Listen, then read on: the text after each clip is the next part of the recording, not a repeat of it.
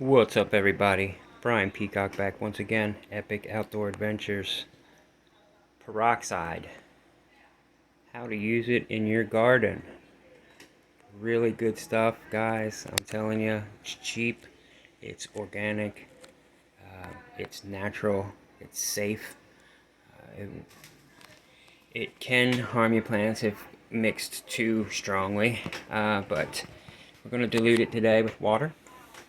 And basic measurements that I've used is about 12 tablespoons of peroxide to 1 gallon of water. Okay, so I just have a small sprayer. I'm not quite sure exactly the measurements. It doesn't give the measurements, it just gives some, doesn't tell me what it's measured in. So it's probably like pints or liters or something, but we're just going to guess at this. It's not that big a deal. I would recommend you always test it on a small spot on a plant first and wait 24 to 48 hours to see if it's going to hurt the plant first. But if you stay around 12 tablespoons per gallon, you should be totally fine. You can actually go higher than that as well if you have some bad infections and things. But just for a note, this is used more as a preventative rather than a cure. All right, I want to stress that. This is not a cure. So if you have blight already covering your tomatoes, this is not probably going to bring it back. Okay, but if you would have used this the whole time you had the plant, you may not have had blight now, if that makes sense to you guys. All right, so regimen that I use this is about 3 times a week. If you have heavy rains, I would suggest doing it after they're done, as well as to the 2 to 3 times a week. You're going to spray tops and bottoms of all the leaves, stems, branches, everything. Don't dump this stuff in your soil as much, although it can be done if you have soil bacteria that are really bad. But there are bacteria in all soil, just to let you know, and it is totally natural. There's good bacteria as well as bad bacteria, and you don't want to kill the good ones. Okay, so we're just trying to slowly kill bad bacteria as they form on these leaves by a regiment of weekly sprayings to kill that fungus or that bacteria infection before it spreads to be so detrimental to the plants. Okay, so this is just regular hydrogen peroxide. You can buy this at any pharmacy, box store, or anywhere, just about. All right, and then it's just tap water. Rainwater probably be better to use.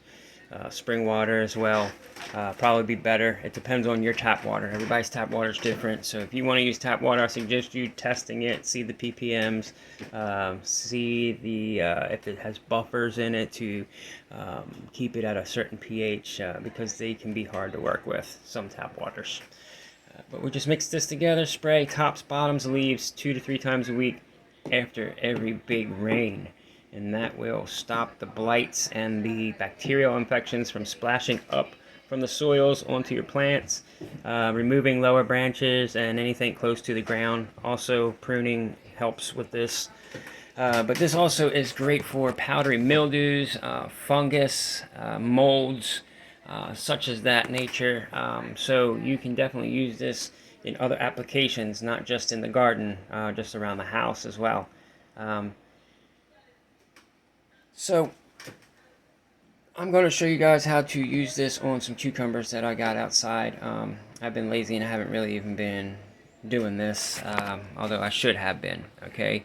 Because I normally do this diligently, but I've just been a little lazy, so I'll admit it. So I'm starting to see just the small amounts of powdery mildew starting to form on my cucumber leaves, and I'm going to start this regimen now, and I'm going to bring you guys along with it, show you how to do it, and hopefully you guys will try this. It definitely works. I've been using this for about 5 years now, and it's definitely something that I always do year after year after year after year with all my plants. So this works on everything in your garden just about. Like I said, try it first. Don't just soak your whole garden down and then get mad at me because it killed it. So just test it for yourself first, make sure it's good, and then continually do this. Stay diligent. Take you outside and we'll show you how to get it done. Alright guys, we're out here at the cucumbers. These cucumbers are planted in containers, they're pots, and I have them trellised with some old fencing up to keep them up off the ground. This keeps airflow going to help powdery mildew from forming. Good circulation is best if you have humid and hot conditions. So if you have good circulation, it really helps. If you don't have good circulation, well, then this here helps. Alright, so this definitely isn't always a good thing to do. So what we're going to do, I just squirted probably about 4 to 5 tablespoons into this, and I'm just going to spray tops and bottoms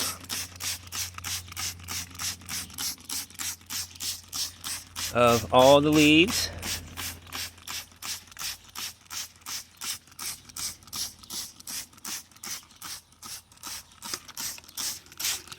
Alright, that's the tops of all that plant there. So now I'm going to come up under here and I'm going to get the bottoms. Very important that you get the bottoms and the stems.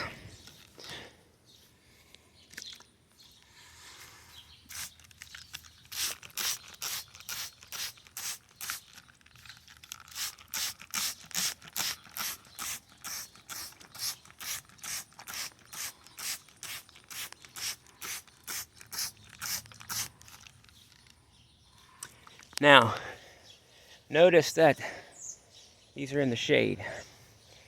You see the sun out there. These are just starting to get tickled with the sun in the morning. And this is when I spray them.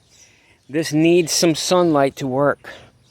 Alright, what it does is the evaporation of the hydrogen peroxide in the sun kills the bacteria and fungus. Alright, peroxide is an antifungal, antibacterial, okay, and it's cheap. So please, I'm telling you, good stuff. Please start using it. Find out on your own, okay? Tops and bottoms, like I said. Morning, right before the sun's gonna hit them. You want this to evaporate as the sun's starting to hit it before it gets too hot. If you use this in the middle of the daytime when the sun's banging on them, you're going to burn your plants up. Okay? So don't do that. Just give them a really good coating. This is safe for all your pollinators. The bees, they're just out here just going to town. Always thank your bees.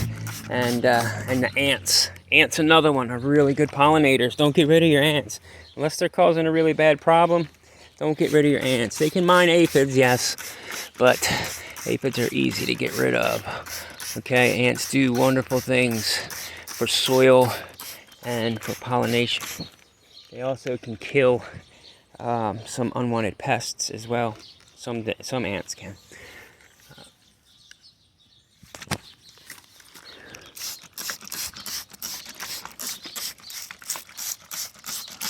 Make sure you get all the stems up under everything. I understand some of you might have a really big garden, and trust me, I get it, because I've had really big gardens as well in the past. I used to have over 200 containers, 4 raised beds, and an in-ground garden at my trailer in North Carolina, so I get how long this can take. But I would spend at least 2 to 3 hours a day in my garden every day, and gardening takes time, it takes dedication, and without it, you're not going to have success. Alright guys, going to show you what the powdery mildew looks like here, okay? We're going to come down here, and we're going to look at this right here. Alright? It's hard for me to see my phone out here. Alright, here we go. So, that's powdery mildew starting. Usually starts in little white splotches. You'll see it over here as well. And powdery mildew will wipe away when you touch it. It's just mildew starting. So you'll get these little white splotches, then it'll start spreading, and it spreads very easily. Alright, so the spores of it can be spread just by touching it and touching another plant. So make sure you wash your hands after you deal with, if you prune things that have powdery mildew. Some that are really bad, you should remove those leaves, put them in a bag and get rid of them. That way it doesn't spread to anything else. They can overwinter in your pots if you get it. So if you reuse your soils, be careful with that. Alright guys, now you know my little secret about peroxide and gardening. I appreciate you watching the video, I really do. But before I leave, I can't take credit for this. This is not my experiment. I learned this on YouTube as well from a guy named Gary. He has a YouTube channel called The Rustic Garden. Really great channel. He does some really good work, really cool experiments. He documents all his experiments and he's got it down to a science. So definitely please go check him out. I'm going to put his address right here, his YouTube channel right here, okay? And I'll put the link to his YouTube channel in the comments below, okay? Comment below, please. Let me know how you like the video, if you've tried the peroxide, how it does for you. Definitely recommend it for anybody that wants to stay on top of these bacterial infections like blight, septeria, bacteria, leaf spot, rust spot, powdery mildew, fungus, all that stuff. Just simple peroxide and water will take care of it. You don't need to go spend all this money on all these chemicals and stuff like that to spray on your gardens that can harm your good pests. I don't want to say pests, because if they're good, they're not pests, but good bugs and your pollinators. You don't want to hurt those guys. They're our friends, okay? So when we grow outside, remember, we have to grow in unity with everything out here, okay? So we just can't get rid of bugs. They're part of gardening, all right? So you're going to have mildews, you're going to have bacterial infections every year. Doesn't matter where you live at, all right? But I live here in the eastern part of the United States, the central eastern part. I'm in Maryland right now, but I just came from Western North Carolina. We have a lot of humidity, a lot of rain, and a lot of heat. So those really make it hard to grow. So I appreciate you watching again. Check Gary's out. Rustic Garden, again, great channel. I can't take credit for this, so I definitely want to give you props, Gary. Thank you for teaching me. I appreciate it. We'll see you guys next time.